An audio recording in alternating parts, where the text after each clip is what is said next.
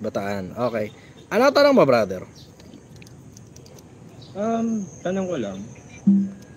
Balance yung love life, family, friends, ang sarili. I have a good idea. Pero obviously, hindi ko nagawa yun. Kasi iniwalayan ako ngayon eh. Pero I have a good idea kung paano gagawin yun. You have to maintain a healthy communication na regular. Kapag merong isa ron na palagay mo na bibitinan, babawas ka ng oras sa isang panig para ilagay mo dun. Sa mas madalas na pagkakataon, you have enough time. Nagkakaproblema nga lang dun sa ang tanong mo, balanse. Ibig sabihin nun, kapag palagay mo hindi optimal yung relationship mo dun sa isang panig, bawas ka ng oras sa isa, lagay mo sa kabila. Ganun lang naman yun eh. Hindi naman sa lahat ng pagkakataon pare-parehas ang dami ng oras yan eh. At hindi naman sa lahat ng pagkakataon yung dami na inalat mo sa isang relationship, ganun ang kailangan nun habang buhay eh. Minsan kaya mong bawasan yung isang relationship, halimbawa sa pamilya mo. When I say pamilya, ibig sabihin yung magulang mo o yung mga kapatid mo o yung tiyahin mo, ganun. Pwede mong bawasan yun, ilagay mo dun sa asawa mo at saka sa anak mo. Ganun. Hindi naman komplikado yun eh. Pag alam mo nagkakaproblema, aayusin mo. Pag hindi optimal, aayusin mo. Madadagdagan ka lang ng oras doon sa mga bagay na kailangan mong paglaanan ng oras. Pero hindi naman mahabang panahon yun eh. Sa mas madalas sa pagkakataon, sapat na yung 2-3 araw na extra eh. Sa madalas na pagkakataon. Yun ang sagot ko rin. Follow up question, brother.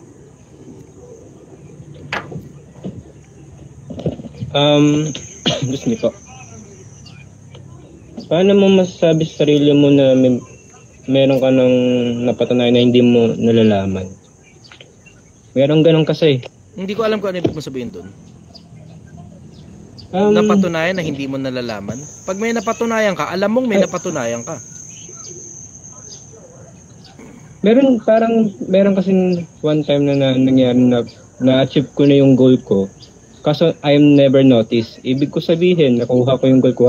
For example, hindi ko na malaman na target ko yung 100,000K. Pero hindi ko namamalayan. Kasi namalayan ko lang siya yung time na nagbilang ako ng pera. Baka hindi mo minamalayan, magkaiba yun. Okay. Hindi mo pinapansin. Parang katulad sa akin, yung ginagawa ko sa social media, hindi ko na masyadong pinapansin yung achievement na may nakalakip nung ginagawa ko sa social media eh. Until such time na halos lahat ng kanto nagpapapicture sa akin pag dumadaan ako. Hindi ko pinapansin. Yun ang pinagkaiba nun. Hindi mo pinapansin versus hindi mo namamalayan.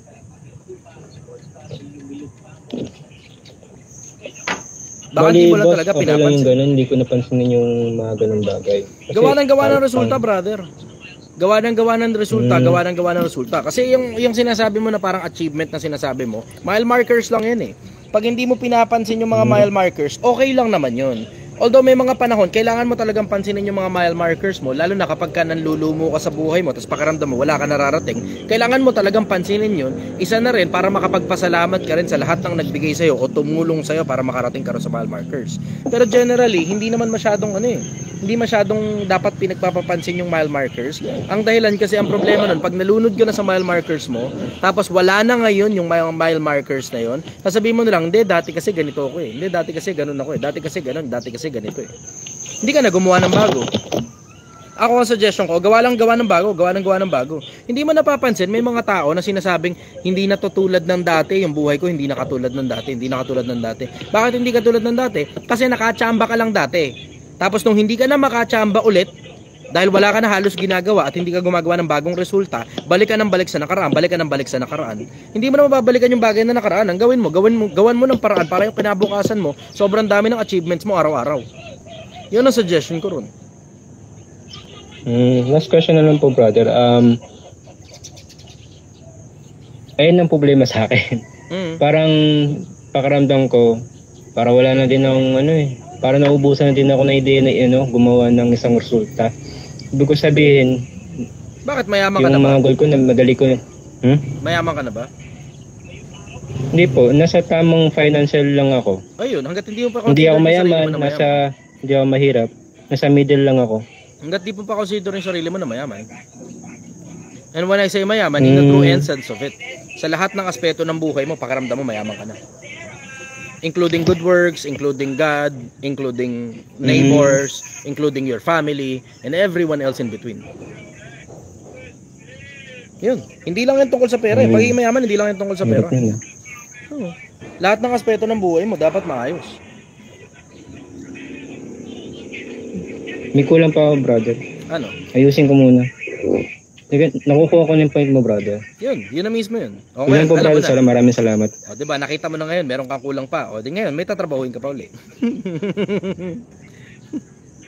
Follow-up question, Yun nga po brother. eh. Maraming salamat, brother. Papasok na ako. Okay, sige, bye-bye. Galingan mo sa trabaho. Okay, next tayo. Next, Jack. Mga gusto makakit sa live, ito yung comment bar. Yung nandito lang sa tabi ng comment bar, yun yung option para makakit sa live. Sa mga nasa YouTube, pwede kayong lumipat sa TikTok kung trip nyo. Pero dapat pag may tanong lang kayo, stay put lang kayo dyan kung nandyan na kayo sa YouTube. Good morning, brother. Taga saan ka? Hello? Oh, brother, good morning. Taga saan ka? Good morning, tol. Taga Pasig po. Okay, kapitbahay. Ano tanong mo? Hingi lang po sana ako ng advice, sir. Kasi lately medyo na-fed up ako sa ginagawa ko sa work ko. Oo. And just to give you a background po is, I'm in a BPO industry po kasi, nag-work. So lately kasi is, na-fed up ako nga ako. Parang nababurnout ako. Ayente ka, no? So, agent. Kaya ka talaga dyan, bula bibig mo dyan. Magpa-promote ka na. Actually, nasa ano na kami po, nasa parang highest department na kami. Ng mga level of age. Ikaw mismo magpa-promote ka individual.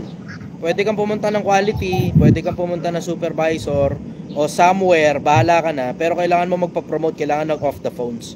Nakakasira ng ulo yan. Toot, thank you for calling. Toot, thank you for calling. Toot, thank you for calling. Puta ka, nakakasira ng ulo yan, brad. Totoo. Yo, kita mo, parehas na naman tayo. Suka rin ako dyan eh. Galing ako dyan, brother. Nakakasuka yan. Tapos pakiramdam mo, kinakaladkad mo lang yung sarili mo papasok ng trabaho. Bumibilang ka na ng mga buwan. Tapos bumibilang ka na ng mga taon. Tapos ganun at ganun pa rin. Malaki nga sweldo, pero kinakaladkad mo na yung sarili mo papasok ng trabaho. Parang paulit-ulit na lang kasi yung nangyayari din. Oo, nakakasuya talaga yan, brother. Masyadong maliit na kahon yung ginagalawan mo dyan. Yung kahon mo nasa loob lang ng script. Pag wala sa script, di mo pwede sabihin. Nadali ka pa ng quality. Tapos dagdag pa yung supervisor mong kupal. Dagdag pa yung tardiness mo na konting late lang, may papel. 1 minuto ka lang na late, may papel. Kailangan mo pa ipaliwanag paano ka na late na 1 minuto. Pag may sakit ka, kine-question ka. Nakakaurat kaya yun. Ay, nako. Ang paraan lang dyan, katulad din ng sinabi sa akin ng mga dating boss ko nung bata pa ako. Ang paraan para makatakas ka dyan, na mare-retain mo na mas malaki pa ang sweldo mo kaysa dyan sa kinikita mo ngayon, hindi yan paglipat ng kumpanya. Pagpapapromote ang kailangan mo. Yun ang kailangan mo. Kasi ang problema sa maraming ahente, derechahan, nadali rin ako ng ganyan eh. Kaya nga nakakapagsalita ako eh, kasi pinagdaanan ko yun eh. Ang problema sa maraming ahente, ang ginagawa nila, maghahanap sila from maglilipat-lipat sila ng call center from one site to another. From one company to another. Tapos palipat-lipat ang hinahanap, malaking sweldo, malaking sweldo, malaking sweldo, malaking sweldo. So ang gusto mo mangyari, ibenta mo yung serbisyo mo na ang kaya mo lang gawin ay makipag-usap sa Ingles. Yun lang ang kaya mo. Tapos ta-transfer ka from one company to another, to another, to another, to another, to another. At some point, magkakaroon ka na ceiling. Ang tawag nila dyan, ceiling. Yung ceiling na yun, hanggang dun lang talaga yung sweldo na makukuha mo sa pagiging ahente. Ang pinakamabigat niyan, hindi ka makaprotrude doon sa ceiling na yun. Ang isa sa mga dahilan, dahil wala ka na mahanap na mas mataas na magbibigay ng sweldo sa'yo. Tapos ang pinakamabigat na parte pa dyan, yung konsepto na from one call center to another, ang laki na nga ng sweldo mo dahil palipat-lipat ka. Pero suya ka pa rin sa bagay na ginagawa mo, wala kang makuhang satisfaction sa lahat ng center na pinanggalingan mo. Yan ang pinakamabigat dyan eh. Ang advice sa akin dati na supervisor ko dyan, na gumana. Way back years ago. Ang daming taon na nakakalipas. Magpa-promote ka, yun lang ang pag-asa mo. Lalaki na nga ang sweldo mo, off the phones ka pa, either may hawak kang tao o wala, it doesn't matter. Ang punto dyan, hindi masisira ang ulo mong toot, thank you for calling, toot, thank you for calling, toot, thank you for calling. Yun lang talaga pag-asa, brother. Magpa-promote ka. Yun lang ang pag-asa. Tanungin mo yung supervisor mo, tropahin mo yung supervisor mo, yung manager mo, tropahin mo na rin at the same time. Tapos tanong mo sa kanila eksakto kung paano ka ba mapopromote. Gagawan nila ng paraan yan, basta nakita kang porsigido. Yun na mismo yun. Kuha mo? Okay, salamat. Follow-up question, brother.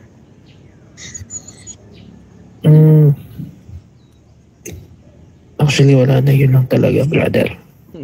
I feel you, brother. Galing ako sa ganyan. Sinusuka ko na every time gigising ako, umiiyak talaga. Literal, umiiyak talaga ako.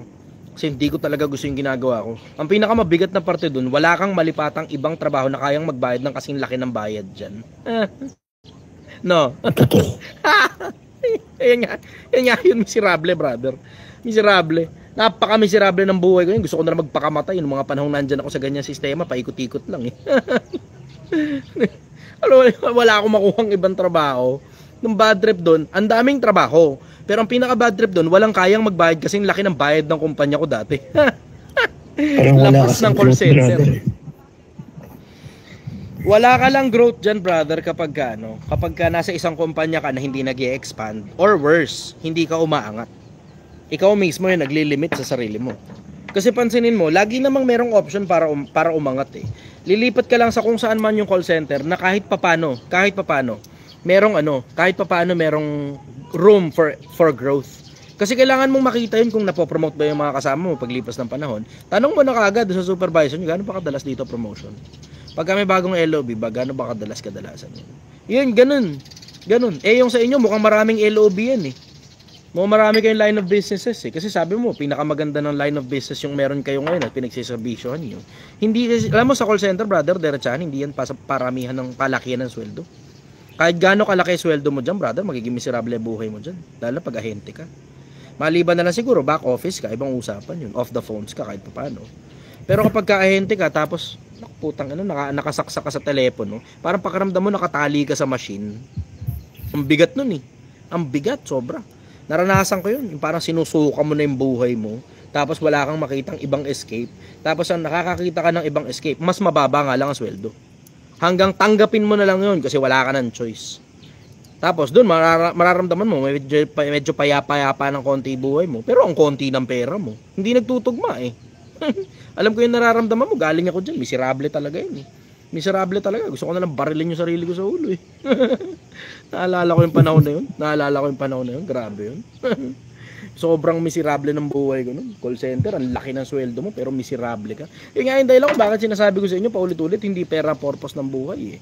Tingnan mo, ang daming tao sa mundo, hindi lang sa call center ang daming tao sa mundo na pinagtsatsagaan nila yung trabahong hindi nila gusto, ang dahilan kasi yung kumpanya lang na yun o yung negosyo lang na yun, yung alam nila na kayang magbayad ng kaparehas ng binabayad sa kanila. At naman, pakita ko sa iyo kung gaano karaming tao yung ganyan. Sa mga nakikinig ngayon, sa mga may trabaho o nagnenegosyo, ilan sa inyo yung suyang-suya ka na sa negosyo mo o suyang-suya ka na sa trabaho mo? Diretsahan lang tayo. Type yes kung kasama ka rin sa listahan. Tingnan mo kung gaano karami ang mga yan. Ayan o, buhay naman o, Reka, yes. Dami pa yan, sigurado. D, Sutarez, yes. Marbs. Brocleo, si Brocleo medyo sumerte. No siya, no. Anthony, swerte, no. May dating, yes.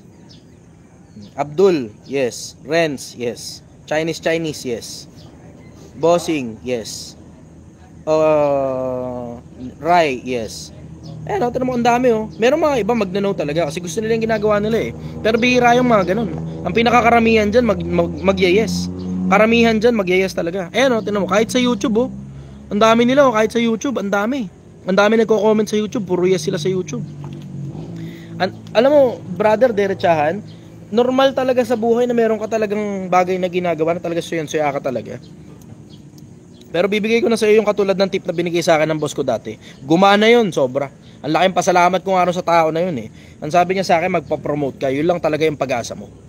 Bakit? Kasi ang bottom line yan, yung bagay na ginagawa mo na hindi mo na gustong gawin at talagang sinusuka mo na, maiiba naman ang mundo mo. So it doesn't matter na, hindi na importante kung merong kung may raise sa sweldo o wala o lateral transfer lang yan, magpa-promote ka. Yun lang yung pag-asa para makatakas ka dyan sa toot, thank you for calling, toot, thank you for calling, toot, thank putang inang. Gusto ko lang sapakin yung abaya ko nun eh. Hindi ko matiis, brother. Hindi ko matiis. Naalala ko, iniiyak ko pa yun. Literal, pagkagising pa lang, umiiyak na kagad ako. Tumutulo talaga luha ako. Tapos sinasabi ko na sa sarili ko, sana hindi na lang ako magising. Mga ganun-ganun ako nun eh. Suya talaga. Follow-up question, brother. Wala naman po. Yun lang. Na. Ayan, sama mo pa daw yung toxic na management. Yun, sama mo pa yun. Okay. Thank you, brother. Bye-bye. Salamat.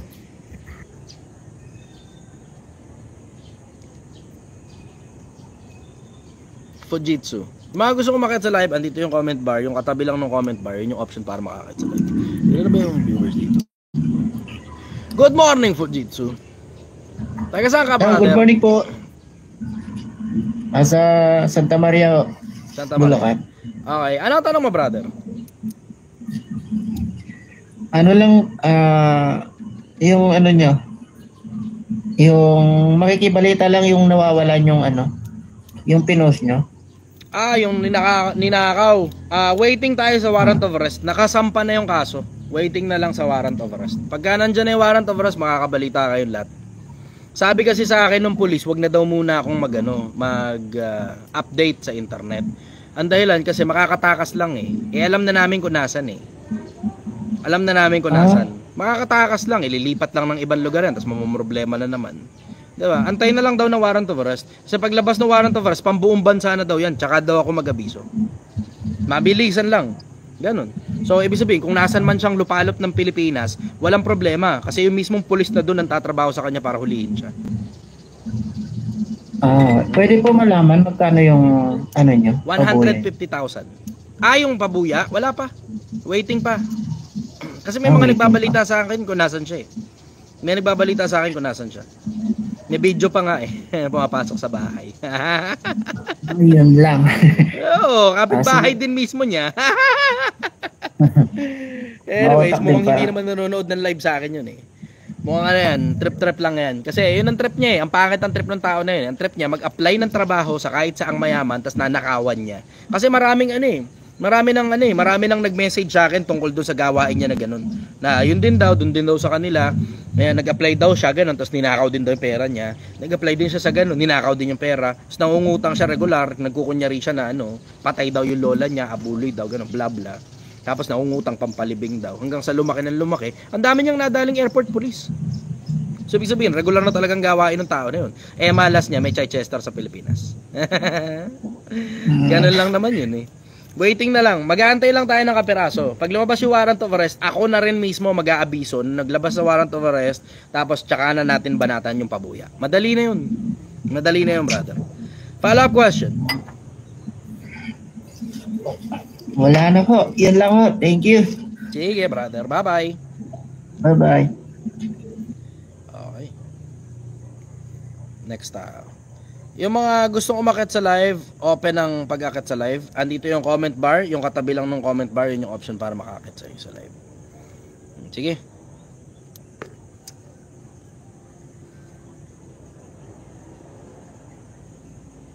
Rai Fabi. Boss, Good morning, brother. Taga saan ka? taga Caloocan pero nagtatrabaho sa Cubao. Okay. Ano tanong mo, brother? Motivate naman sa mga boss, sa mga construction worker. Nag-construction ako dati. Naalala ko yung panahon na yun, ang bayad sa akin ng 250 eh. 18 ko nun. Pinalayas ako. Tapos yung kasama kong mag-barker, yun na rin yung nagpasok sa akin sa construction. Nakakamiss nga yung mga panahon na yun eh. Masaya lang, ganun. Tapos pagka buhos, kailangan kami, yan, daming tao. Kapag ordinaryong araw, wala, laglag ulit. 250 lang bayad, taga-halo yung semento, taga-buhat ng hollow blocks. Magkano sweldo mo ngayon? 550 boss, minimum. Okay. Ano skill mo? Wala pa? 550 araw. Wala pa boss, nag-aaral pa lang. Okay. Aral ka skill, brother. Pagka may skill ka, mas malaki kita mo. Tapos kapag may skill ka na, angat ka pa ng konti pa. Tapos angat ka pa ng konti pa. Tapos angat ka pa ng konti pa. Hanggang dumating sa puntong kaya mo ng mangontrata. Pag nakakakontrata ka na, nandun ang totoong pera. Hindi kailangan ng motivation dyan, brother. Kailangan dyan magpag-aralan mo talaga ng gusto. So isipin mo yung pintor ka, nag-aaral ka pagka-pintor. Oo, boss. Oo, ang pintor 700, 800 depende sa ano, kung ano ka kagaling. Tapos pwede na rin kontratahin mo na kapag ka malaki-laki trabaho. Pag naging contractor ka, brother, malaki-laki pera dyan. Motivation, okay lang yan. Good for 1 to 2 days lang yan eh. Diba? Pero, diretsahan, ang kailangan mo talaga, disiplina sa pag-aaral. Disiplina sa pag-aaral. Aralin mo yung bagay na ginagawa mo hanggang kaya mo ng mangontrata. Pag kaya mo ng mangontrata, dyan na ngayon darating malalaking pera. Pagka magaling ka na sa pangontrata, pwede ka na rin kumuha ng mga empleyado mo. Tapos hindi na ikaw ang bumabanat. Yun ang sikreto. Yun ang pagpapalawak ng papel dyan. Matutunan nyo yung sikreto Pilipinas na ang sikreto sa pagpapalaki ng pera para hindi na kayo mano-mano yung gumagawa ng trabaho. Ang sikreto nasa pagpapalalim. Kabisaduhin mo yung mismong skill. Pag kabisado mo na, magturo ka ng mga tao, tapos mangontrata ka, mas malaking transaksyon. Pag mas malaki na transaksyon, mapapansin mo, hindi mo na kailangan gawin yung trabaho. May mga empleyado ka nang gumagawa ng trabaho para sa'yo. Kuha mo yan, brother. Oo, boss. Salamat, boss. Yun lang. Sige, brother. Galingan mo sa buhay. Bye. Okay. Jimusan. Galing. Hindi magaling yun. Galing ako sa ganun eh. Alam mo yung, marami lang talaga eh. Jack of all trades ako minsan. Good morning, brother. Taga saan ka? Good morning, Pasay po. Pasay. Okay. Ano tanong mo, brother? Pasay po. Tanong ko po kung ano po masasabi nyo sa mga taong naniniwala sa mga bagay-bagay o paniniwala tapos hindi po kayang ipagtanggol yun. Normal Tapos naman kapag yun, nagtanong ka po sige, sa paniniwala nila, ang Nagagalit sasagot sila. po nila respeto. classic. Which is yung kaya ka naman nagtatanong para malaman po yung side nila. Pero parang lumalabas ikaw po yung nagiging masama. Opo. Ano po yung advice niyo po doon? Wala eh, wag mo na lang tanongin. Ganun yun. Ano eh, ako ang suggestion ko, ang tanongin mo na lang yung mga nasa iba-ibabaw nila. Mga pastor, ganun, o kung sino man yung nagsaksak sa kanila ng paniniwala na ganun. Kasi diretsahan, may mga bagay na alam nyo naman diretso, hindi talaga nagme-make sense eh. Mga paniniwala ng mga tao na bawal magwalis pag gabi. Bakit? Bawal magwalis pag gabi, lalabas ang grasya. Okay, so ibig sabihin pala, grasya pala yung basu-basura, yung mga ali-alikabok. Eh di, ang gawin mo, wag walis ka pa loob ng bahay. Yan. Mga chicken bones, ganun. Yung mga kalat-kalat sa kalsada, yun, linisin mo, papasok sa bahay mo. Kung ang ibig sabihin pala ng mga kalat-kalat, na winawalis mo palabas, eh grasya, winawalis mo. Eh di, magwalis ka pa loob ng bahay para pumasok yung grasya. Ano ba? May mga bagay di talaga nagme-make sense eh. Malala na makakawika ang mga pamahiin ng mga matatanda. Yung itatawid sa kabaong yung mga bata para wag daw ikang sumunod sa libingan. Hindi ko maintindihan talaga yan. Napakaraming mga pamahiin ng mga matatanda, hindi nagme-make sense eh. Napakaraming pamahiin ng mga matatanda, hindi nagme-make sense. Sa akin, diretso, hindi ko nalang pinapansin. Kasi mga tao, akala mo inaapi kapag tinuturuan mo pa ng tama eh. Eh sa akin, kung sino na lang gustong matuto, akin kayo. Yung mga ayaw matuto, bahala kayo sa buhay nyo, problema nyo yan. Eh nakasulat pa naman sa Biblia yun. Huwag kayo maniniwala sa pamahiin, sabi ng Diyos. Okay, go. Ano po, yung about po sa mga Pilipinong hindi po tumitingin ng credentials kapag bumoboto. Nako, napakarami yan. Hindi, alam mo, diretsahan, brother. Isa sa mga problema kasi natin, hindi ko alam, I may be wrong ha, maaaring mali ako rito ha. Pero diretso, hindi ko alam kung saan nakalagay yung credentials ng mga kumakandidato. Sigurado, may record ng COMELEC dyan. Pero publicly, saan mo titignan yun? Mag-aantay kang sabihin ng politiko, pero kung hindi sinabi ng politiko, saan? Hindi ko alam. Diretso, hindi ko alam. Hindi ko pa nauungkat yung website ng COMELEC para makita mo kung meron ba dun. Ang SALN, kahit pa paano, may makikita kang website ng SALN. Pero yung credential ng politiko, hindi ko alam. Wala eh. Pansinin mo, walang politikong nagpo-promote na, mga Pilipino, dito nyo titignan kung anong credential ng putang inang kumakandidato na yan. Wala. Ngayon, ang mga Pilipino naman, hindi tuloy alam kung saan nahahanapin. Diba? Pansinin mo. Ikaw ba alam mo kung saan titignan yung credential? Ba, meron kang politikong kumakandidato sa inyo locally. Saan mo titignan yung credential nun kapag may access ka sa internet? Ako hindi ko alam eh. Ikaw ba? Baka alam mo. Siguro kung wala na lang po silang sangkot sa kung ano pong kalokohan, yung kaso po ganun. Kung malinis po yung image nila, siguro pwede na rin pong batayan yun. Siyempre, di mo pa alam yun kung may mga sangkot sila sa kung ano man. Pagka lumang politiko na, mababalitaan mo yan, matik. Pero pag bagong politiko, mahirap.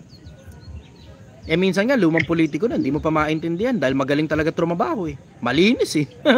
Malinis sa harapan. Pero pag nakita mo yung bank account, bigla lumago. Wala eh, wala talagang ano eh. I will say, hindi ko alam kung saan hahanapin kung nasa nandun ang credentials eh. Hindi ko alam. Hindi ko alam kung saan hahanapin kung saan nandun ang credentials. Ako ang tinitignan ko na lang, plataforma. Kasi yung plataforma, maririnig mo sa kanila yan, sinasabi nila diretso yan. Huwag kang nga lang pupunta ron sa isa na parang ginagawa ay kending-kending lang, ganun. Tapos budots-budots lang. Yun, alam mo na yun, bubudots-budotin ka talaga nun. Hindi mo talaga alam kung ano nagawa nun. Pero yung mga ibang politiko, sinasabi naman nila kung ano plataforma nila, lalo na kapag nangangampanya sila eh. Maganda nga ngayon, meron ng social media. Makikita mo ngayon yung mismong panahon ng pangangampanya, maintindihan mo kung ano mga plataforma nila base sa mga bagay na sinabi nila doon sa mga speeches nila na karamihan ay uploaded sa social media. Yun, dun, kahit pa paano, meron ka ng konting hint. Pero yung tungkol sa credentials, ano natapos itong tao na to, ano nagawa nito, anong mga posisyon ang hinawakan yan, private or publicly, hindi mo alam eh. Hindi mo alam eh, yun ang problema eh. Yun ang problema sa atin dito sa Pilipinas, hindi mo alam kung saan mo hahagilapin yung credentials sa mga tao na yan. So yun ang sagot ko ron. Follow up question, brother. Yung sa ano naman po, tungkol sa pag-aaral, yung mga nakatapos ng po ng pag-aaral, ano po payo nyo dun? Ako suggestion ko magtrabaho ka na kagad. Para magkaintindihan na kung ano ba talagang trabaho gusto mo. Ganun, diretso magtrabaho ka na kagad. Kaya naman tumahinga ka, tumambay ka. Ano kasi, tinan mo, what options do you have? So tapos ka na mag-aral, hindi ka naman na mag-aaral uli. So ano ngayon ang gagawin mo? Ang option mo lang, dalawa, tumambay, na hindi masyadong productive, o magtrabaho na diretso. Dalawa lang options mo eh. Meron bang pangatlong option doon? Magbantay ng tatay mong may sakit. E paano kung wala may sakit sa pamilya? Ganun. Follow-up question, brother. Wala na po. Thank you po. Thank you. Okay, brother. Bye-bye. So, Jamo. Good morning, hello, boss. brother. Good morning. Taga saan ka? Tiga Quezon Province, pero nandito ako sa Las Piñas. Okay. Ano tanong mo? Boss, tanong ano lang. Sa tingin mo, are we still a sovereign country? Oo. Publicly. By paper, oo. Pero obviously, yung mga politiko natin, pinipilit ng magkabilang panig ng Amerika at saka ng China, pamahalaan yung mga yan dahil may nagpopondo dyan eh. Diba? Ganun lang naman yun eh. Kitang-kita mo naman eh. Diba? Kung kanino nakapanig yung mga politiko natin. Dawa, Duterte at saka si Bongbong. Diba? Nakikita mo yung panig ng dalawa eh. Kitang-kita mo mismo yung panig ng dalawa. So, tatanong mo, sovereign country pa ba tayo? Oo, by paper. Pero yung mga politiko natin, pinipilit infiltrate ng iba't ibang mga bansa. Kung nakita nyo lang, ito sa mga matataba utak dito na medyo may konting interest pa sa politika ng geopolitics sa Amerika. Tignan niyo yung nilabas na na record yung mga dineclassify na record sa Amerika. Tapos tignan nyo din yung mga nahanap ni Elon Musk na mga bagay-bagay na expenditures ng Amerika na unnecessary. Pansinin ninyo, ang common denominator ng sobrang daming mga gastos ng Amerika palabas ng bansa, puro tungkol sa LGBT. Hindi ko alam kung napansin ninyo yun. Pero ang daming mga bansa na binibigyan ng pondo ng Amerika galing sa taxpayers' money para i-promote ang LGBT dun sa bansa na yun. Tapos mag-isip ka na lang kung bakit kaya. Bakit kaya? Bakit pinopondohan ng Amerika yung pagpopromote ng LGBT sa iba't ibang mga bansa? Bakit kaya? Bakit? Isip ka na lang. Mahirap na para magsalita pa ako ng tungkol dyan eh. Pero I have a good theory. Pero syempre, mahirap sabihin. Sasama na naman ang loob sa akin ng mga tao. Yan na naman tayo eh. Tapos mga politiko magagalit na naman sa akin. Diba? Lalo na yung nagpo-promote ng LGBT ng mga politiko. Sasama na naman loob nyo sa akin. O, bata, trabahuhin nyo na naman. Mawala na naman ako ng Facebook o ng TikTok o ng YouTube. Bala kayo sa buhay nyo. Wala namang pakinabang na ilabas ko pa yun eh. Kasi tinan mo, nasa iba-ibabaw na nililipunan yan eh. Hindi na yan yung mga ordinaryong taong bayan na hirap sa buhay. Hindi na yan eh. Hindi na eh. Dito na yan sa bandang ibabaw ng lipunan. Wala naman ako masyadong pakialam sa mundo ng mga mayaman eh. Dito ako sa mundo ng mga mahirap. Bakit? Sobrang dami ng mga mahirap na tao na gusto ko kayong matulungan. Ang sobrang importante sa akin, yung matulungan ko yung mga hirap sa buhay. Bakit? Kasi malapit kayo masyado sa Diyos eh. Malay nyo, isa sa inyo, tao ng Diyos, kasi pagdasal ako, may pag-asa ako ngayon sa kabilang buhay. Yun ang interest ko, yung kabilang buhay. Pero yung mga mayayaman, poke lang, wala na akong pakialam dyan. Diretsahan, tangina. Pag nakita mo kung gaano ka-twisted ang utak ng mga mayayaman, sira ulo maraming mayaman. I know. Kasi, diba, galing ako sa ganun eh. Sa pamilya pa ng mga ganun. May pera. Tapos you will understand na iba talaga ang isip ng mga mayayaman. And then you will understand na yung gaya ng sabi ni Cristo sa Biblia, mas madali pa makapasok sa butas ng karayom ang isang kamelyo kaysa isang mayaman makapasok sa karya ng langit. You will understand. Yung moral high grounds nila, there's fucking no such thing. Walang moral high ground. Walang ganun. Parang tungkol sa Diyos, meron niya hypocrisy karamihan sa kanila. Magsisimba, tapos they will continue killing people, they will continue doing whatever they're doing, they will continue drugs, diba? Smuggling, and everything else in between. I know too much. Kaya nga maraming galit sa akin sa mga nasa ibabaw eh. Bakit? Kasi tinuturo ko sa mga nasa ilalim yung mga bagay na hindi tinuturo sa mga nasa ilalim. Tinuturo ko eh. Yung konsepto na pagyaman, tignan mo, pansinin mo, karamihan ng mga mayayaman, merong savings account para pag nagkasakit sila. Karamihan ng mga mayayaman, healthy living. Karamihan ng mga mayayaman, mangangain ng gulay, hindi masyadong karne. Karamihan ng mga mayayaman, umiiwas sa trans fat. Karamihan ng mga mayayaman, maayos ang pangangatawan. Karamihan ng mga mayayaman, malupit ang mindset. Karamihan ng mga mayayaman, hindi masyadong gumagastos malibang pagkakakitaan. Yun ngayon yung pinipilit ko ipasa sa inyo. Yun ang mindset ng mga mayayaman. Pero yung mga gawain ng mayayaman, lalo na tungkol sa pera nila, na sobra-sobra na yung pera nila, lalo na yung mga nasa pinakaibabaw ng lipunan, wala lang kayong alam. Di nyo alam gaano ka-twisted ang utak ng mga putang. Di nyo alam gaano ka-twisted ang utak ng mga nasa ibabaw. Sobra. Lalo na yung mga deepest, darkest desires ng mga nasa ibabaw. I just don't want to be a part of it. Ganun lang. I just don't want to be a part of it. Hindi na lang ako nagsasalita eh, pero I know too much. Nakakasama ko iba sa kanila eh. Nakakakwentuhan ko pa eh. Mula lang naman nagsimula ako ng Project 1M na hindi na ako masyadong nakakadikit sa kanila eh. Pero I know too much. Sobra-sobra yung alam ko. Hindi ako magiging ganito katapang na wala palang laman. Hindi. Naiintindihan ko yung mundo ng ibabaw. Naiintindihan ko rin yung mundo ng ilalim. Kaya nga tignan nyo, kung ganito na lang ako katapang kung paano magsalita. Bakit? Syempre, diba? Alam ko kung paano gumagalaw ang kapangyarihan dito sa mundo eh. Yan. Yan, sabi nung isa, psychosocial pala si Idol. Nice one, Idol. Follow-up question, brother. Wala na, sir. Thank you. Salamat, brother. Gusto ko lang marinig yung opinion mo about doon sa... Thank you. Okay. Next tayo. Ano kayang option para mag-akit nila rito? Ito. Baka pwede may disclose ang BPO ka galing. Marami, brother. Marami. Mahaba resume ko. Boss, pwede po magtanong. Brother, good morning. Taga saan ka? Good morning po. Ano po, Amadeo, Abite. Amadeo. Okay. Ganda dyan ah. Ang tanong ko po, mission ng isang tao sa mundong ito. Ulit, brother. Medyo nagputol-putol ka. Sige po. Ano po ba ang mission ng isang tao dito sa mundong ito? Mahirap yan, brother. Mahirap yan. Yung tanong na mission. Kasi, yan eh. It's as if inordain yan. Ang tanong, sino ang nag-ordain? Sino ang nagsabi na ito ang mission? Tapos, reiterated ba yan sa sangkatauhan? Tapos, ang daming surrounding circumstances niyan eh. Maraming surrounding circumstances niyan.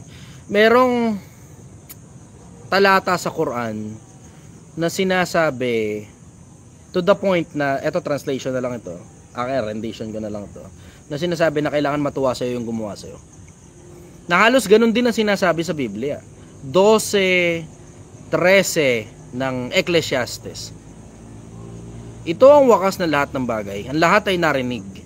Ikaw ay matakot sa Diyos at sundin mo ang kanyang mga utos sapagkat ito ang buong katungkulan ng tao. Yun ang nakasulat sa Biblia. 12:13. Buong katungkulan ng tao.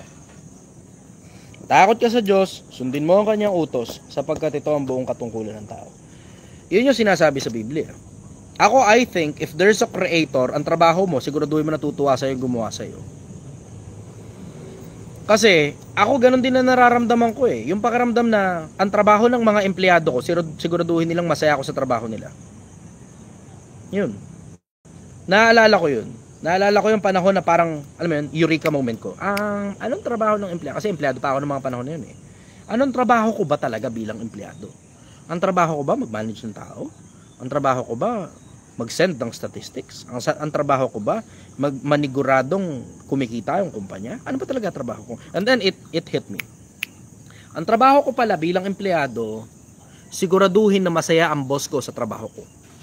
Yun. Yun na mismo. Tapos, tsaka mo lang ma-realize, okay. Baka ganun din ang purpose ng buhay ng tao. Ang purpose siguro ng buhay ng tao, kasi kung walang Diyos, okay lang kahit ano gawin mo. But wala naman Diyos eh. Pero kung meron, ang siguraduhin mo, natutuwa kaya yung gumawa sa'yo na ginawa ka niya. Ayun. Yun, palagay ko. Natutuwa kaya yung gumawa sa'yo na ginawa ka niya. Make sense, no, brother? Make sense? Yes po. Thank you po. Follow-up question, brother. Masama po ba ang mag-masturbate? Palagay ko naintindihan na ng Diyos yun. Kasi, isipin mo yung konsepto na nilagay sa'yo bilang lalaki, yung konsepto na napupuno pantog mo. Ano nga gagawin mo dun? Every time, yun ang mahirap sa pagiging lalaki, brad eh. Tangina, ang hirap maging lalaki. Sabi ng iba, mahirap daw ikaw maging babae. Naku, hindi mo pa nasubukan maging lalaki. Ang babae, every time magkaka-menstruation ka, masakit ang puson mo. Pero isang beses lang sa isang buwan yan. Aburido ka, inis ka, buwisit, ang baho ng paligid, pakiramdam mo, ang pangit-pangit mo, nakakainis lahat ng bagay, may pagkain ka na gusto, pag natikman mo, hindi mo pala gusto yon. Ang gulo. Ang gulo. Yun ang pakiramdam ng babae. Ang lalaki naman, pag puno pantog mo, may libog ka. Araw-araw, oras-oras, minu-minuto. Sa akin, palagi ko naintindihan na ng Diyos yun. Naintindihan na ng Diyos yun. Kung paano may mga babaeng hindi makapagtikom ng bunganga nila kapag may menstruation sila, na naiintindihan din ng Diyos yun, na may tantrum sa mga babae, na siguro naiintindihan din naman ng Diyos na meron siyang inilagay na pantog na napupunong sa mga lalaki, tapos kailangan nyo mayat-maya, labas ng labas, labas ng labas, labas ng labas. Siyempre, ibang pag-uusap na yun tungkol dun sa kung ano man yung ginagawa mo para labasan ka. Kung nanonood ka ng porno, kumakantot ka ng kung sino-sino, ibang usapan yun. So yun ang sagot ko ron. Follow-up question, brother. Ganda na, bihira nagtatanong ng katulad niyan. Sige po, last question po. Sige, go. Ano po ba yung tips niyo sa panliligaw? Una muna, ayusin mo muna sarili mo. Pinakamalupit na tip na masasabi ko sa'yo, brother, ayusin mo muna ang sarili mo. Ikaw na ba yung lalaking gusto mo kung sakali mang meron kang anak na babae para sa kanya? Kunyari, meron kang anak na babae. Kunyari may anak kang babae. Kunyari, ikaw ang magdidesisyon ng magiging jowa ng anak mong babae. Dapat ikaw yun. Ganon yung konsepto. Kasi, hindi lang naman yan coming from the standpoint na, coming from the standpoint na manliligaw ka nung babae lang eh. Pati pamilya, brother. Pati pamilya. Kailangan gusto ka. Pag hindi ka gusto ng pamilya, alam mong magkakaproblema ka. Tapos magrereklamo ka, imberan ko, nakikialam sa akin. Malamang, hindi ka gusto eh. Bakit hindi ka gusto? Maaari, maliit ang kita mo. Maaari din namang wala ka sariling bahay. Maaari din namang wala ka sariling sasakyan. Maaari din namang hindi ka mayaman. Maaari din namang wala ka narating. Maaari din namang wala ka natapos. Maaari hindi ka masyadong pogi. Maaari hindi ka maputi. Maaari bla bla, etc. etc. Siguraduhin mo muna na ikaw muna, kung halimbawa may anak kang babae, yung tipo mo ba, yung gusto mong mapang-asawa ng anak mong babae? Ngayon, malalaman mo ngayon kung anong tipo ng magulang ngayon nung magiging kasintahan mo o nung liligawan mo. Malalaman mo rin kung anong tipo ng lalaki ang gusto nung babae. So, hindi ka na ngayon magkakaproblema sa panliligaw. Bakit? Kasi first impression pa lang. First impression pa lang sa'yo. Kilala ka na agad nung pamilya at nung magulang at nung mismong babae. Kailangan, kaya kang ipagmalaki nung babae, brother. Kailangan, kaya kang ipagmalaki nung babae. Ikaw ba yung bagsakan na kayang ipagmalaki ng babae? O ikaw yung bagsakan na hiyang-hiya yung babae pag pinapakilala ka niya sa mga kaibigan at sa mga magulang niya? Kailangan mo i-consider yun, brother. Kailangan mo i-consider yun. Parang katulad sa akin, isipin mo yung konsepto na yung inbox ko punong-puno ng mga babaeng nagme-message sa akin. Yung inbox ko punong-puno ng mga message ng mga babae. Babae nga ngayon, panahon ngayon, babae na nanliligaw eh. Babae na nanliligaw sa panahon ngayon. Ang daming nagme-message sa akin na babae. Nalaman nila single ako eh. Walang anak, walang asawa, walang sakit ng ulo, 'di ba? Wala akong problema eh. Wala akong bagansya eh. Wala akong anak, 'di ba? Wala akong parang pabiyanan pa na pakikisamahan nila o mga kapatid na manggugulo sa relasyon. Wala akong ganun eh. O syempre may mga babae interesado sa ganung walang sakit ng ulo. Maya't maya may mga nagme-message sa akin kung sino-sino. Bakit? Kasi nga nakikita naman na nila sa social media. Kumbaga nakapagpakilala na kasi ako sa mga tao eh. 'Di ba? Trip nila yung mga katulad kong siraulo. Ayan ang trip yung problema sa inyo mga babae. Trip na trip nyo yung mga siraulong katulad ko eh. Hirap sa inyo, trip na trip nyo yung mga siraulong katulad ko eh. Yan talaga problema ninyo. Tapos tignan mo, pag ginawa ka ng siraulo, tapos na-realize mong hindi mo pala kayang baguhin yung siraulo na yun, magrereklamo ka, sabi mo na biktima ka. Pa-victim ka bigla. Hirap sa inyo mga babae. Yung matino, lumalapit sa'yo, ayaw mo ng matino. May pera naman yun, engineer. Ang problema, hindi nga lang masyadong magaling sa pakikipag-usap, pakikipagkwentuhan. Introvert, engineer eh. Architect eh. Mathematically inclined. Matalino naman. Ang problema nga lang, hindi nga lang talaga magaling bumoka. So hindi mo ngayon maiharap sa mga tropa. Ang gusto mong iharap sa mga tropa, yung siraulo, tad-tad ng tattoo yung katawan, may mga tattoo pa sa muka. Tapos, alam mong siraulo yan, umpisa pa lang. Bakit? Dahil nakikita mo nga yung ugali, siraulo talaga eh. Tapos iniisip mo, parang ikaw yung si Wonder Woman na kaya mong baguhin yung ugali ng putang ina. Tapos, pagka hindi mo pala kayang baguhin, after 3 years na, kung kailan siran-sira na yung lahat ng meron ka, tsaka mo ngayon sasabihin na biktima ka. Ewan ko sa inyo, ang hilig nyo sa mga siraulo. Mga babae talaga, mahilig sa mga siraulong kala nila kaya nilang ayusin. Tapos pag na-realize nila, hindi pala nila kayang ayusin, uma-acting pa-victim. Ay, sinasabi ko sa'yo. Ayaw mo sa matino, yan ngayon na pala mo, single mother ka. Gusto mo ng bad boy, diba? Kaya sabi ko sa inyo, tigilan nyo ako. Hindi ako interesadong magjowa pansamantala. Masakit pa yung puso ko eh. Ang daming nagme-message sa akin, kalot kanan eh. Anyways, follow-up question, brother. Last question. Salamat po sa magandang tulong niya. Last question ko po is, paano mo malalaman na totoo po yung nangangaral ko? 7:17 ng Juan. Kung sino man ay nag-iibig gumawa ng kanyang kalooban ay makikilala niya ang turo. Kung ito'y sa Diyos o kung ako'y nagsasalita na mula sa aking sarili. Ang nagsasalita na buhat sa kanyang sarili, naghahanap ng kanyang sariling kaluwalhatian. Datapot ang naghahanap ng kaluwalhatian, niyaong sa kanya'y nagsugo, ang gayon ay totoo at sa kanya'y walang kalikuan. Ang titignan mo, brother, aral. Aral, yun ang titignan mo. Pag nakita mo yung aral, may problema, may diferensya, hindi nakasulat, alam mo na hindi mo dapat sampalatayanan yan. Lalo na tungkol sa mangangaral. Pag ang mangangaral, tuturo ng tithes, 10%, 10%. Ingatan mo sarili mo dyan. Walang inutos si Kristo na tithes. Ulitin ko, si Kristo, walang inutos na tithes yan. Hindi nangolekta ng tithes si Kristo. Wala ka mababasang si Kristo nangolekta ng tithes. Walang ganyan. Kabahan ka na kapag kaganyan ng pastor mo, hinihingi 10% na sweldo mo. Yung aral ang titignan mo, brother. Yung aral ang titignan mo. Follow-up question.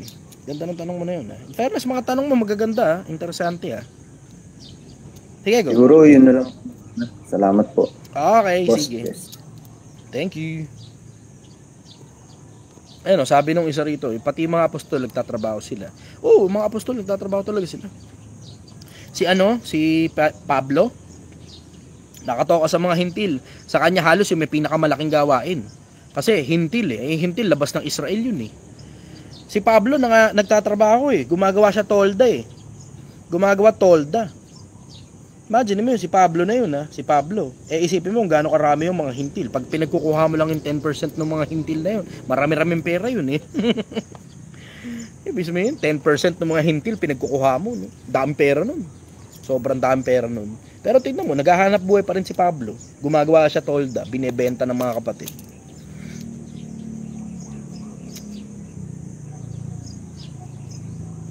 Yeah, next tayo. Next. Forge it, build it. Business yata ito. Forge it, build it. Good morning ko, Idol. Good morning, Idol. Kasi karaniwan sa mga tao, masyado silang sumasamba sa mga tao din. Ano yung masasabi mo dun? Paano sumasamba sa tao? Ano ibig mo sabihin? Hindi kasi karaniwan, Idol, pag tayo mahirap, napakaitaan lang sila ng konting halaga ng mga mayayaman, binibigyan na agad ng oras, tapos pinag-pray-pray ka agad. Alam mo, oo nga, lumang tugtugin na yun eh. Pinagpe-pray, tapos ano. Gawain din kasi ng ano eh. Gawain din kasi ng mga Katoliko yan sa mahabang panahon dati pa eh. Alam mo yun, yung mga praile dati, kung sino may pinakamalaking bigay, pinagdadasal ng gusto. Tapos ang bango-bango sa simbahan. Dati pa yan, brother eh. Lumang tugtugin na yan eh. Matagal na usapin na yan tungkol dyan. Ganun talaga, kasi sabi nga rin sa Biblia, kapag ka mayaman, dumadami kaibigan. Dati pa yan, lumang tugtugin na yan. Wala naman bago, brother. Ang dahilan yan, pinaka-common denominator ng lahat ng yan, syempre dahil sa pakinabang, yung mga mayayaman, kapaki-pakinabang eh. Ano pa ba naman? Pag may lumapit ba sa yung isang mayaman, sabihin sa'yo, bigyan ka 100,000, pag pray mo siya, di mo ba pray yun? Diba? Basic principle ba? Basic principle. Syempre, 'di ba, may ano eh, may naidudulot kasi mayaman. Kaya sabi ko nga sa inyo, Pilipinas, mag-ipon kayo ng gusto. Alam niyo na nga, talong-talo ng mga mayayaman, ng mga mahirap, ba't hindi ka pa magpakayaman? 'Di ba? Welcome ka naman eh. Bakit? Ang Panginoon na nagpapayaman, ang Panginoon na nagpapadukha. Siya rin naman na may gusto na may mga tao talaga na yumaman at may mga tao rin naman manatiling mahirap. You can always try. Pag hindi ka naman pinapayagan ng Diyos, mananatili kang mahirap habang buhay at wala namang masamang maging mahirap. Pero you can try. Welcome ka. Kaya nga sinasabi ko na sa inyo, pinapakita ko mismo sa inyo kung paano ginagawa ang pera at paano maging milyonaryo, di ba? Mano-mano pinapakita ko sa inyo. Tanga, pagtsatsagaan ko to. Puta ka, kahirap-hirap kaya nitong ginagawa ko na hindi nga man lang. Tanga, kung alam nyo lang kung gaano kasakit sa ulo tong putangin ng pinagagawa ko sa sarili ko. Para lang matuto kayo. Pinamimigay ko nga libre yung karunungan eh. Ang gusto nyo, bayad pa kayo ng bayad kung kanino. Kani-kanino eh. Alam nyo naman sa sarili nyo yung iba dyan, kahit pa paano, so taba naman utak ko. Kaysa doon sa ibang mga nagpapabayad dyan sa social media ng mga course. Di ba? Salamat, Idol. Susubukan kong yumaman talaga. Promise. Maraming salamat po, Chester. Trabahuin mo ng gusto, brother. Trabahuin mo ng gusto. Ganun lang naman yun. Tapos wag mong kakalimutan ng Diyos. Ipagpasalamat mo sa Kanya lahat ng bagay na kaliit-litang natatanggap mo. Yung mga mapagpasalamat, binibigyan pa ng mas marami yun. Yung mga ingrato, na binigyan ka na nga, galit ka pa. Akala mo, inapi ka. Yung mga yan, hindi masyadong nakakalayo ang buhay ng mga yan. Kahit magkaroon silang konting pera, balik yan sa wala. Balik sa wala. Yung mga ingrato, napakaraming ganyan sa lipunan. Kung mapapansin mo, yung mga hingi ng pera sa mga kamag-anak nila OFW o dun sa ginawa nilang breadwinner, kasi yung breadwinner, ginagawa lang yan eh. Wala naman talagang pinanganak ka, breadwinner ka. Wala naman ganun eh, ginagawa yan pagka-breadwinner na yan. Itinatalaga sa mga tao yan na maging breadwinner sila. May mga tanga naman na tumatanggap ng pagka-breadwinner kahit hindi naman dapat. Sipin mo, magulang mo, 40 anyos pa lang, ikaw naman, 20 anyos ka pa lang, nagsisimula ka pala sa buhay, lahat ng pera mo binibigay mo sa magulang mo. Tapos ang magulang mo naman, hinihingi naman lahat ng pera mo. Wala tayong pag-uusap sa pagkukusa, pagtanaw ng utang na loob. Pero lahat na lang gusto ng magulang mo, hingin sa'yo. Sobra naman yan, diba? Lahat na lang, pati kapatid mo. Ikaw na ngayon ang pinapag-aral, pag-aralin mo yung kapatid mo. Yung kuya mo, bigyan mong pera. Yung isa pang kapatid mo, naku, nasa ospital. Tapos at titignan mo, tataka ka, ba't lahat na lang kargo ko? Kayo, ano ginagawa nyo? Pakainin mo din kami. Naku, kasi wala na kami makain dito. Mahal ng bilihin eh. Tataka ka, mahal ng bilihin. Ba't hindi kayo nagtatrabaho? Ano nagawa nyo? Nakatanghod lang kayo, nag-aantay kayo ng biyaya galing sa akin. Nakakapagtaka yung mga tao na ganun. Alam mo, Pilipinas, Yung mga ganong klase ng mga tao, mga ingrato yun. Mga ingrato. Binigyan sila ng lakas. Ayaw nilang ipagpasalamat at gamitin yung lakas para makagawa sila ng pera. Yung mga tanga, yung mga bobo, na mga gago, na mga estupido, hingi lang ng hingi ng pera yan. Hingi lang ng hingi ng pera. Yung mga ganyang klase ng mga tao, kahit kailan, hindi uusad ang buhay ng mga yan. Kasi hindi sila makapagpasalamat. Tignan mo, bigay ka ng bigay, bigay ka ng bigay, bigay ka ng bigay. Tignan mo, susunod na panahon, tanggalin mo ngayon yung pagbibigay mo sa kanila ng kung ano man. Galit yung mga hayop na yan. Galit, sasabihin, madamot ka na, nagbago na ugali mo. Yung mga ganyang klase ng mga tao, alam mong habang buhay ng ganyan yan. Habang buhay ng mahirap yan, hanggang mamatay sila, mahirap sila. Ginusto nila yun para sa sarili nila. Bakit? Kasi ingrato nga sila. Yung mga binibigay sa kanila, imbis pagyamanin nila, nilalamon lang nila lahat. Tapos inuubos lang. Anyways, follow-up question. Sige po. Magbibigay po ako ng ibang chance sa iba po kong tatanong. Maraming salamat. Magandang umaga po. Thank you, brother. Yung friend ko kumuha ng motor, tapos name ko ginamit niya, tapos sinanla niya, di ko alam. Ano gagawin ko? Punta ka sa police station para mabawi yun. Ganun lang. Punta ka sa police station. Tapos kunin mo yung motor kasi nakapangalan sa'yo yun. You now have the right. O di nasa iyo ngayon ng upper hand. Hindi niya dapat angkinin yun kasi sa'yo nga nakapangalan eh. Diba? Ako naman, tataka naman ako sa inyo, ba't pinapagamit niyo yung pangalan niyo sa iba? Anong katangahan yan? Huwag niyo papagamit pangalan niyo sa iba. Tignan mo ngayon, sakit ng ulo ngayon yung dinaranas mo. Brother, good morning. Taga saan ka?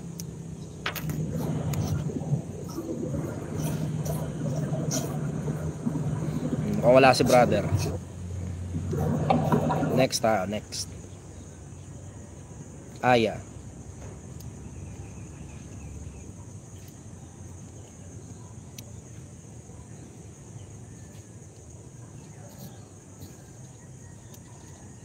Aya, good morning. Taga saan ka? Good morning po. Handa, address ko lang muna to na sa YouTube. Si Selectable. You're looking at the world from your own pessimistic viewpoint. Eh, hindi ba ganun ka rin naman? Sa dami ng bagay na natututunan sa akin ng mga tao, puro mali lang ang nakikita mo. Hindi ba? Okay, go. Sige. Question po, brother. Paano po magpataas ng self-esteem or self-confidence? Ang self-confidence, art yan, na inilalagay mo sa isang bagay na magaling ka. Ano yan? Kumbaga, personal touch mo. Personal touch. Kung paano ka maglakad, kung paano ka kumilos, paano ka magpinta, paano ginagawa yung bagay na ginagawa mo, paano ka magsalita. Personal touch yan. Ngayon, importante na alam mo at kabisado mo yung bagay na ginagawa mo para makapagkabit ka ng personal touch. Kasi sa bagay na inaaral mo pa lang at hindi mo kabisado, hindi ka talaga makakapaglagay ng confidence dyan. Tena mo, pansinin mo. Yung mga ibang influencer, pag pinagsalita mo ng isang oras, tapos question and answer, meron at merong lilitaw dyan na wala sa hulog. Tapos pag chinap ngayon ng mga tao yun, mababash yung influencer na yun. Maraming ganun. Lalo na sa live. Yung mga ibang ginagawa, shoot.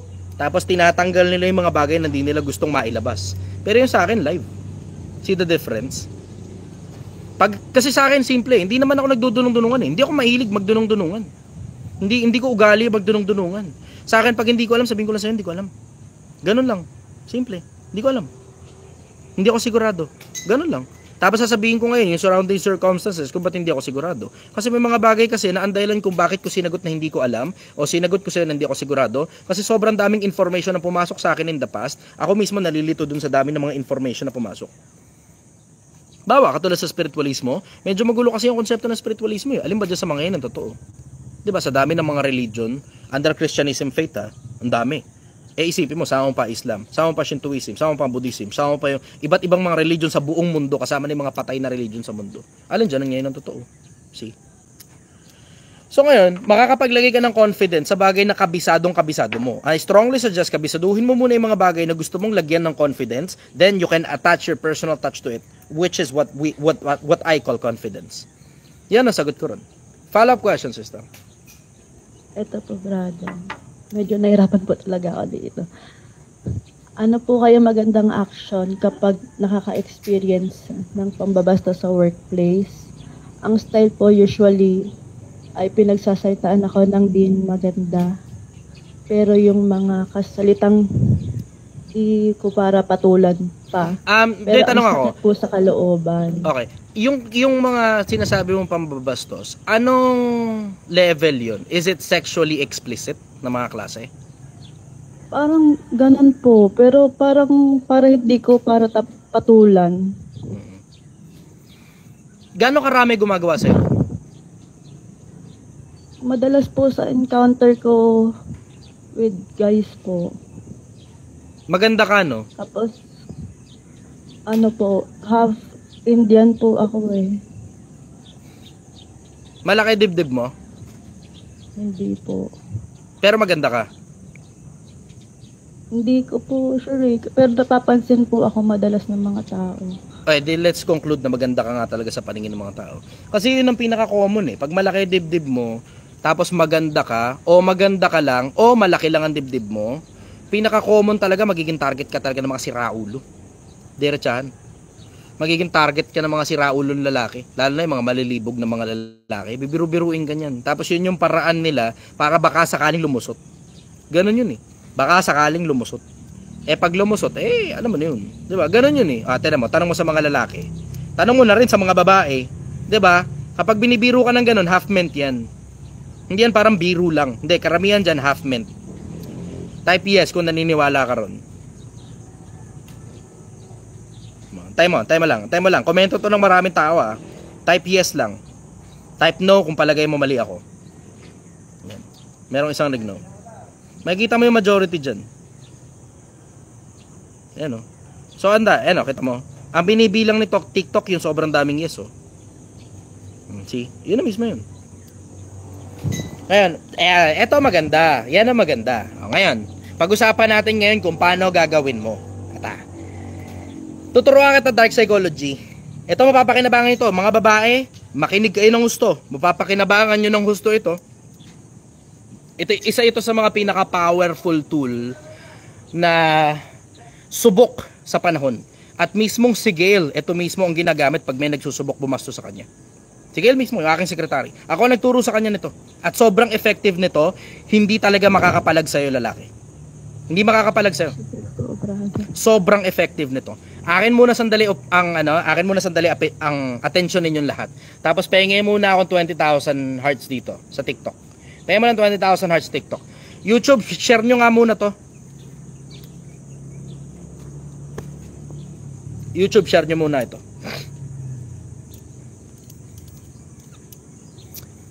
Pahingin mo ng 20,000 hearts. Dudutin nyo na, bilisan nyo na lang. Dudutin nyo na. Sakto. Mukhang pwede ko naman nang i-end dito yung live. Ito. 20,000 hearts lang. Let's go. Bilis oh. Yan, pagka ganyan kababuyan, kabastusan, yan, gustong gusto nyo yan. O sige, gago. Ang bilis oh. Okay, ito. Okay. Isa to sa mga pinaka-effective. Sigurado, surefire, mangingilag na sa'yo lalaki nito pagkatapos. Dalawang statements lang ito. Yung una, patanong.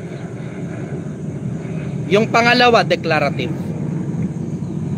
Dalawang statement lang to. Hindi ka na ulit babalikan yan. Hindi na. Mangingilag na sa'yo yan habang buhay. Hindi ka na babalikan yan tungkol sa mga ganyang biro-biro. Hindi na, iiwasan ka na yan. Isang beses mo lang kailangan gawin to.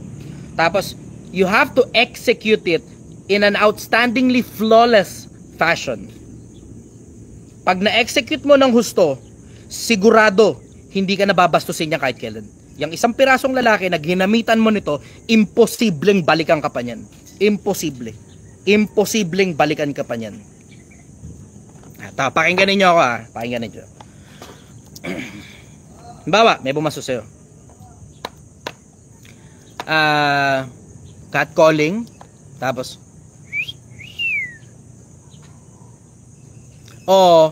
nagsalita mismo verbal.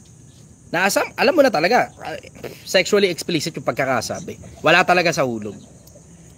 Eto, una, tanong mo muna. Diretso lang. Practicein mo na to sa bahay nyo. Tapos diretso poker face. Hindi ka pwedeng ngumiti rito. Pag ngumiti ka, tapos na to. Durug ka pag ngumiti ka. Binabastos mo ko. Ganun lang. Ganun lang, diretso lang. Tanungin mo lang diretso. Binabastos mo ko. Tapos ang tono nun pababa. Para tunog pa tanong siya. Tapos, mababang tono dapat yun, hindi dapat mataas. Kasi you will sound hysterical kapag ka mataas ito. Binabastos mo ka? Hindi ka gana yun. Baba mo lang. Binabastos mo ko. Ganun lang. Tapos poker face. Tapos, sasagot yan. Ang sagot, dalawa lang. Wala nang iba. Dalawa lang ang sagot niyan. Wala na siyang ibang sagot, ipit yan. Isa, magsosorry. Swerte mo kung nagsorry. Pero yung pangalawa, dito mo na ngayon i-execute yung pangalawang statement, magkabila, parehas lang. Parehas lang ang sagot mo sa magkabila. Yung pangalawa, dadaanin niya yan sa biro. Hindi, nagbibiro lang ako, bla bla. Sasabihin, nagbibiro lang. Didismiss yan as a joke. Yung dalawa na yon, parehas lang din ang sagot mo sa kanya. Hindi ka nakakatuwa. Nababastusan ako. Ganun lang. Yun, sobrang simple nun. Ganun lang kasimple. Una, tanong mo muna, binabastos mo ko. Just to confirm. Tapos, magre-register na sa isip niya na, tangina, this is a person that I am not supposed to mess. Registered na kagad sa isip niya yan. Bakit? Kasi you're asking a very hard question. Mahirap yung tanong na yan. At ang hirap sagutin yan. Tanong mo, pansinin mo, Pilipinas, pag ikaw halimbawa, yung tinanong ng ganong klaseng tanong, kaya mo bang sagutin? Yes or no lang, yes or no. Binabastos mo ba ako? Yes or no lang, kung kaya mong sagutin pa yan, ang hirap sagutin yan. Tanda mo? See? Kita mo? Ang daming lalaki o babae sumasagot. No. Ang hirap sagutin yan. Kahit ako, mahihirapan ako sagutin yan. Mahihirapan ako sagutin yan. Ganon kasimple. Ang hirap sagutin yan. Yan ang isa sa mga pinakamahihirap na tanong. Binabastos mo ba ako? Ang hirap sagutin yan. You will have to answer that professionally. Wala kang choice. I don't mean to offend you. I am sorry if I may have come to you offensive. Pasensya ka na, hindi ko sinasadya. Yun lang ang pwede mo isagot dun. Wala nang iba. Wala ka nang ibang pwedeng isagot dun. Wala ka nang pwedeng ibang isagot dun. Wala na. Ipit yan, ipit. Yung simpleng tanong lang, binabastos mo ba ako? Yun lang muna. Tapos antayin mo siyang sumagot. Huwag kang magsasalita nang hindi siya sumasagot. Huwag kang magsasalita. Pag sumagot na, either magsosorry yan o i-dismiss yan as a joke. Parehas lang din ang sagot mo. Pasensya ka na, hindi ka nakakatuwa. Nababastusan ako. Tapos umalis ka na. Huwag mo nang antayin yung sagot. Umalis ka na kagad. Tapos na conversation doon. Hindi ka na babalikan yan habang buhay.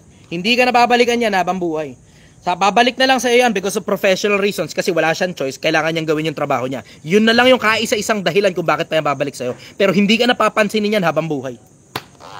Ayan. Sobrang effective niyan. Sobrang effective niyan. Hindi ka na papansinin yan habang buhay.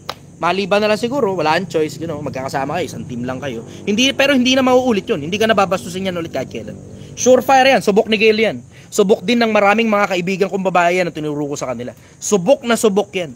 Subok na subok, ni isa wala nang bumalik para bastusin uli sila. Sa lahat ng ginamitan nila ng ganyan.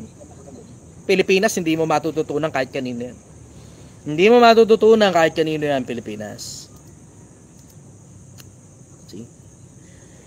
Okay ba, Pilipinas? Natututo ba?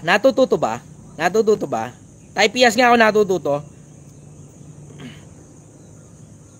Sister, go. Follow-up question. Nakuha mo yon? Opo, brother. Salamat. Ito po. Sige. Minsan po bang nabully or power trip sa work ang isang Chichester sa work? Lagi naman. Ano pong naging action? Lagi yan. Dati, nag-i-empleyado pa ako. Lagi yan. Suki ako niyan. Bakit? Kita mo naman demeanor ko diba? Kita mo naman demeanor ko Masyadong maangas, wala sa ulo. Lagi yan. Lagi.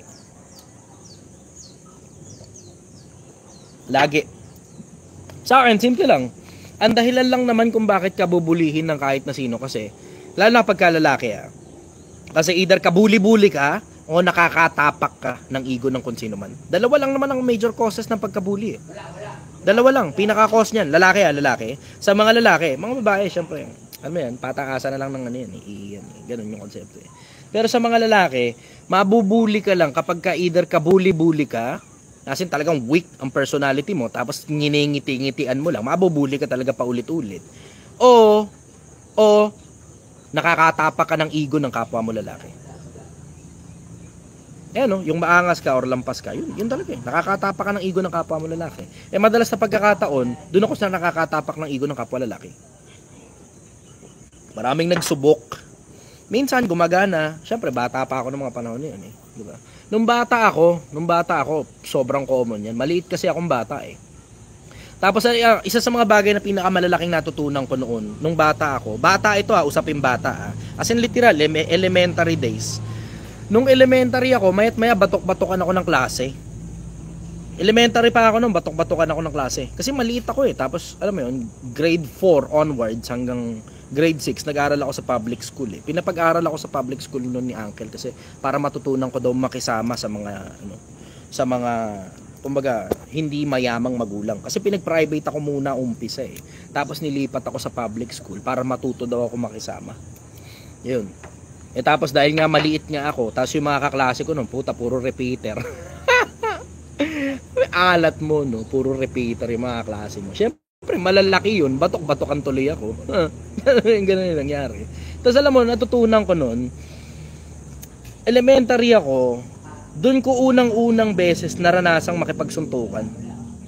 Yung napiko na ako, nagdilim na paningin ko kasi mayat-maya batok ng batok. Kasi literal, malakas talaga, hinahampas talaga ako sa ulo. Lalo na pag di nila nakukuha yung gusto nila galing sa akin. Smurf ako nun eh. Smurf. Nagdilim yung paningin ko. Nasa pako ngayon, nagsuntukan kami. Tapos pagkatapos ng suntukan na yon, hindi na ulit niya ako binuli. Yun ang napansin ko, hindi na ako ulit binuli. Napansin ko noon, pagka pala hindi ka pumapalag, bubulihin ka. Pero pag pumapalag ka, kahit alam mong hindi mo kaya, talo ko noon. Talo ko sa suntukan noon. Maliit nga kasi ako eh, malaki siya eh. Nung mga panahon na yon, alam mo yung, syempre, di ba, pag maliit ka, hindi ka makapalag eh. Pero nung mga panahon na yon, nung kaisa-isang beses na pumalag ako, nakuha ko na kaagad yung psychology. Doon pa lang sa pinakaunang beses pa lang nakipagsuntukan ako. Pagka pala pumapalag ka, kahit talo ka, hindi ka bubulihin. Elementary. Siyempre, iba na usapan kapag lumalampas ka na, alam yung malaki ka na, ganun. Iba na usapan dyan eh. Pero ako nung elementary ako, nabubuli talaga ako nun eh. Pero alam mo, nung tumungtong na ako ng grade 6, first year, second year, wala nang makaganon sa akin eh. Kasi pumapalag na ako eh. Yung alam mo yung, for the sake lang na nakapalag, kahit alam mong mas malaki sa'yo, kahit alam mong mababasag talaga yung mukha mo, basta alam mo lang hindi ka mapapatay, ganun. Pero suntukan lang talaga. For the sake lang na pumapalag lang, kahit alam kong talo ako, kahit ang ending nun, ako rin yung umiiyak pagkatapos nun, okay lang, walang problema. Pero ang pinaka na-enjoy ko nun, yung konsepto na meron akong mindset nun, na hindi, pag pinalagang ko to, titigilan na ako nito. Ganun lang, yun lang meron ako. Itong isa bobo, pinaiyak ka ni Liam. Umiyak ba ako? O yung idol mo nung nag-live ako tumahimik? 'Di ba sabi nung idol mo, yung Liam, sabi nung idol mo scripted daw ako. O ngayong naka-live ako, paano na? Ano ngayon? Lumitaw ba? 'Di ba? Lumitaw ba? Iniimbita ko siya para, 'di ba? Para sumama sa akin na makanood siya ng live eh. 'Di ba? 'Di ba? Kamo napakinabangan ko, boss mo. 'Yun ang totoo. Napakinabangan ko, boss mo. Bakit? Ginawa ko siyang intro nung nag-live ako eh. Umingay ngayon yung pangalan ko. Diba? Umingay yung pangalan ko kasi magla-live na ako. Yun yung pinakaunang-unang live ko eh. Diba? Naalala mo yun? O nakalimutan mo na? Na nanood ka rin ng live nun. Nakalimutan niya. Kunyari pa siya. Nakalimutan. Okay, sige. Follow-up question, sister. Paano po kapag, sir, bullying na in form of verbal sa workplace? Yun na mismo yun. Nararamdaman mong binabastos ka, tanungin mo na kagad kung binabastos ka. Tapos ang kasunod nun, antay mo muna sagot, sabihin mo sa kanya pagkatapos nun, hindi ka nakakatuwa na babastusan ako. Ganun lang, simple. Okay po. Salamat, God. Etong HNDTN, nakakalimot siya na nasa akin yung kapangyarihan dito. Pwede kita i-block dito eh, 'di ba? Nakakalimot ka, pwede nga kitang i-mute eh, para asarin lang kita, tapos hindi ka na makakapag-comment hanggang matapos yung live. Gusto mo testing ko sa'yo?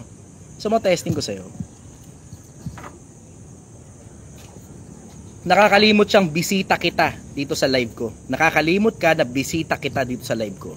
Sige, testing natin sa'yo. Tignan mo, hindi ka na Pansinin mo, hindi ka na makakapag-comment hanggang matapos yung live. Tanga ka eh, bobo ka eh. Imbis nakakapag-comment ka sana, o ngayon hindi ka na makakapag-comment. O sige, asa na ngayon ang angas mo? Wala na.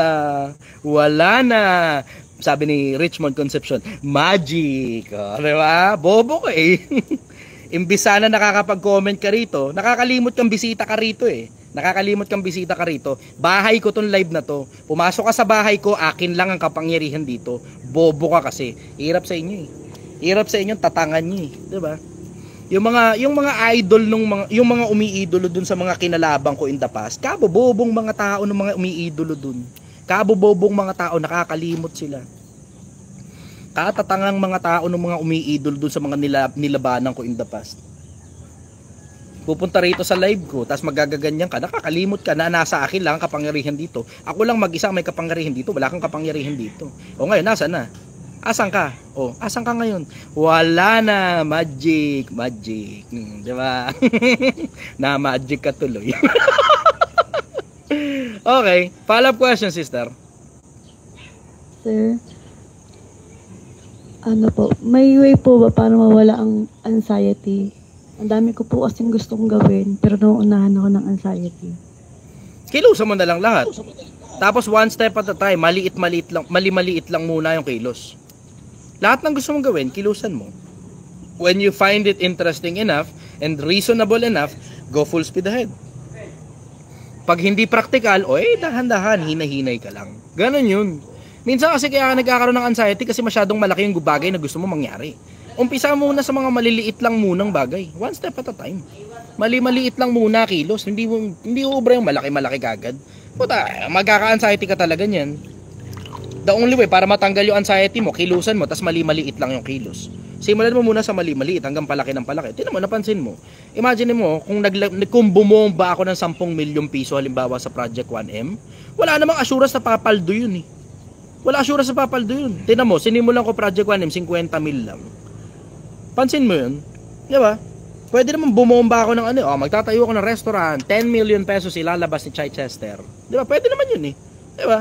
Kahit pinangutang ko lang ng pera, pwede naman yun. Pero walang assurance yun. Siyempre, kakabahan ka talaga doon, magkaka-anxiety ka talaga doon. Pero sinimulan ko muna, 50 mil. Kung nalugi ngayon yung 50 mil, di papakita ko sa inyo kung paano ako nalugi gamit yung sarili kong pera. Pero hindi masyado mabigat sa bulsa yung 50 mil, kumpara mo naman sa 10 milyon.